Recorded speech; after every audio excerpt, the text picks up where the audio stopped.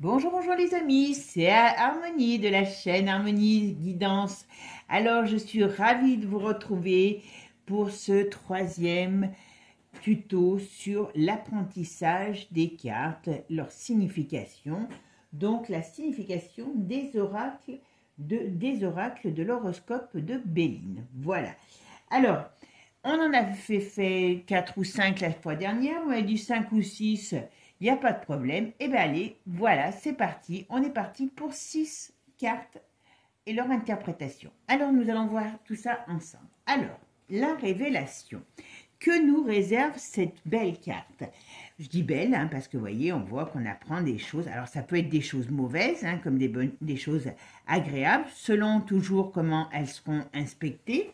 Mais voilà, en l'apprenant comme ça, on va voir déjà la base, sa signification. Alors, en principe, elle amène un renouveau, un vent de nouveauté dans votre vie.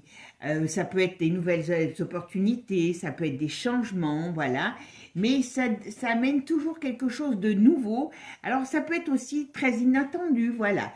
Elle permet de mettre en lumière des situations, de découvrir, peut-être aussi des choses. Alors, aussi bien sur des personnes, voilà, que sur des situations. Voilà, les révélations, on apprend des choses, vous voyez, on découvre des choses par rapport à la situation qui sera dans le jeu dans lequel elle va être sortie. Voilà, avec la révélation, c'est une carte où on apprend, on observe, on comprend et on est au courant de certaines choses. Alors, on peut aussi être là-dessus, avec cette carte, surveiller, par exemple, vous voyez, on peut surveiller des choses pour apprendre, mais voilà, c'est une carte quand même dans l'ensemble qui est positive, voilà.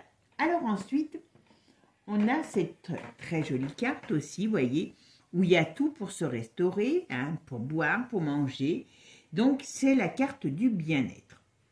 Donc c'est une carte qui paraît comme ça, très agréable.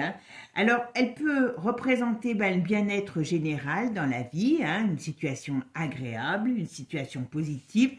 Si vous sortez cette situation, cette carte par exemple, si elle est bien inspectée sur de l'argent, on pourrait vous dire que voilà, vous avez une vie agréable, vous ne manquez pas d'argent, parce que vous avez la possibilité d'avoir le bien-être dans votre vie. Elle annonce aussi tout ce qui est invitation, sortie, des moments festifs.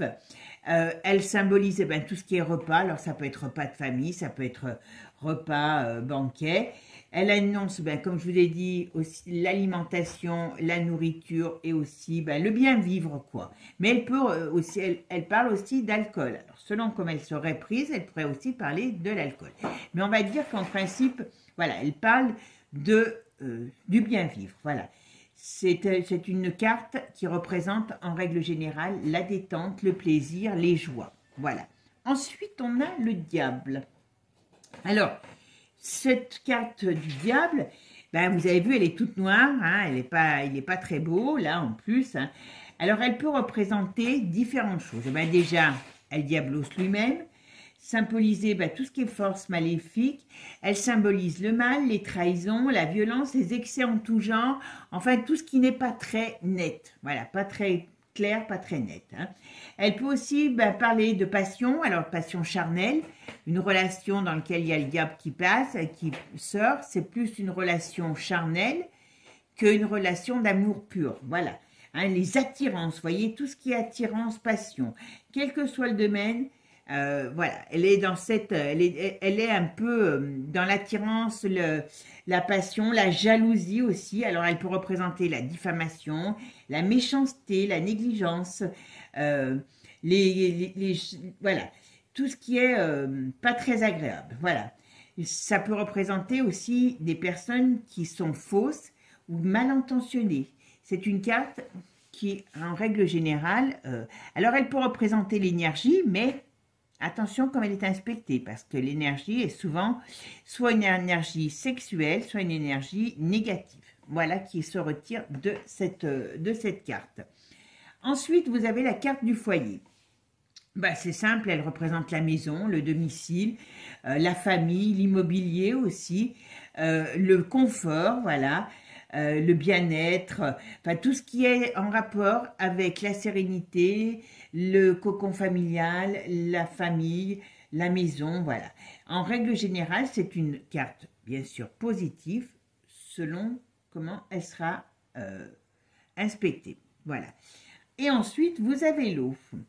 Alors, voyez, le phare au milieu de nulle part, voilà. Alors, cette carte symbolise tout simplement, eh bien, tout ce qui est étendue d'eau, la mer, les rivières, les étangs, enfin, tout ce qui est en rapport avec l'eau. Mais elle peut annoncer aussi des voyages, des déplacements, tout simplement, qui iront, on va dire, dans une zone où il y a de l'eau, tout simplement. Hein. Mais elle peut représenter, bien sûr, les vacances, le bord de l'eau. Elle favorise l'intuition et la sensibilité. Sur quelqu'un, quand vous avez cette carte qui sort, on peut parler aussi de gens intuitifs, vous voyez, avec cette carte. Voilà. Et puis, vous avez la carte du mouvement. Vous voyez,